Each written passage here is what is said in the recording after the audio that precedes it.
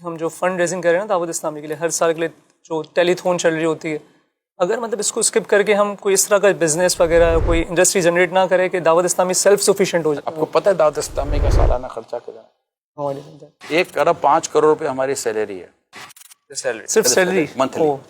اب آپ بتائیں کون سا بزنس کریں جس سے مہینے کی جو ارننگ ہے وہ ہماری ہو جائے 30-40 ارب روپیہ.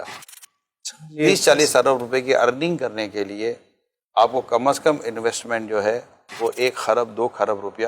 ابھی جو ڈونیشن آ رہی ہے اس کو میں ایز انویسٹمنٹ کنسیڈر نہیں کر سکتا. اول تو ایک اتنا ڈونیشن آپ رکھیں گے اپنے پاس کہ خرچ کریں گے، ٹھیک ہے، لوگوں نے خرچ کرنے کے لیے دیا ہے آپ کو. پھر اتنے انویسٹمنٹ کے بعد وہ بزنس کے جس میں کسی قسم کی بیمانی نہ ہو، بددیانتی نہ ہو، چوری نہ ہو، کرپشن نہ ہو، انڈر دا ٹیبل سیٹنگ نہ ہو، اتنا سب کچھ ہو. دروازے بند نہیں ہیں، لیکن کسی کام کے کرنے کے لیے اس کی ایک فیزیبلٹی ہوتی ہے. اتنی بڑی تحریک کی اس طرح کی بزنس فیزیبلٹی بنانا اتنا آسان نہیں ہوتا. تو اس کے اور ذرائع اور ہوتے ہیں، ورنہ دعوت اسلامی کے چندے پر ہی آپ کلام اٹھائیں گے کہ یار یہ چندہ جہاں سے آیا ہے ان کا بزنس تو دیکھو. اب میں آپ کے سامنے آتا ہوں، مجھے یہ بتائیں کہ اسلام کا بیسیکلی پھیلنے کے لیے جو ایک فائنینس کا جو ذریعہ رہا ہے وہ کیا رہا ہے؟ ڈونیشن. رسول پاک صلی اللہ علیہ وسلم نے صحابہ کرام سے فرمایا غزوہ تبوک اور دیگر مواقع پر صحابہ کرام میں دیا کہ اس وقت صحابہ کرام کے بزنس نہیں تھے. بہت بڑا بزنس حضرت عبد الرحمن بن عوف رضی اللہ تعالیٰ عنہ کا، بہت بڑا کاروبار ہے صدیق اکبر رضی اللہ تعالیٰ عنہ کا، بہت بڑا کاروبار ہے تو عثمان غنی رضی اللہ تعالیٰ عنہ کا، بہت بڑے بڑے کاروبار تھے. پھر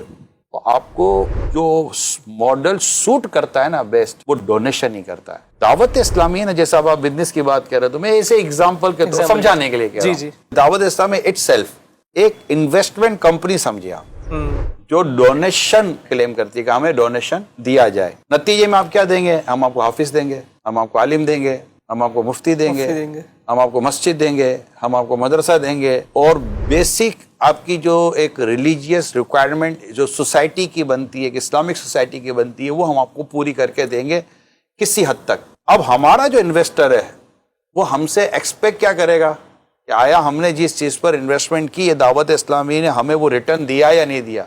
ہمارا ڈونر انویسٹر ہم سے پیسہ ریکوائرڈ نہیں کرتا، وہ دے کر اللہ پاک سے اجر کا سوال کرتا ہے، اور ایک تنظیم سے جس مقصد کے لیے اس نے ڈونیشن دیا اس مقصد کو پورا کرنے کا وہ ذہن رکھتا ہے. تو الحمدللہ ہم یہی کہتے ہیں کہ آپ انویسٹ کریں دعوت اسلامی پر، اور زیادہ زیادہ انویسٹ کریں، اور ریٹرن آپ دعوت اسلامی کا دنیا بھر کے ہونے والے دینی کاموں کو دیں گے. آپ نے کہا جیسے کہ ہم ریٹرن میں حافظ دے رہے ہیں، عالم دے رہے ہیں، تو کیوں نہ ہم حافظ پلس انجینئر دیں، عالم پلس ڈاکٹر دیں؟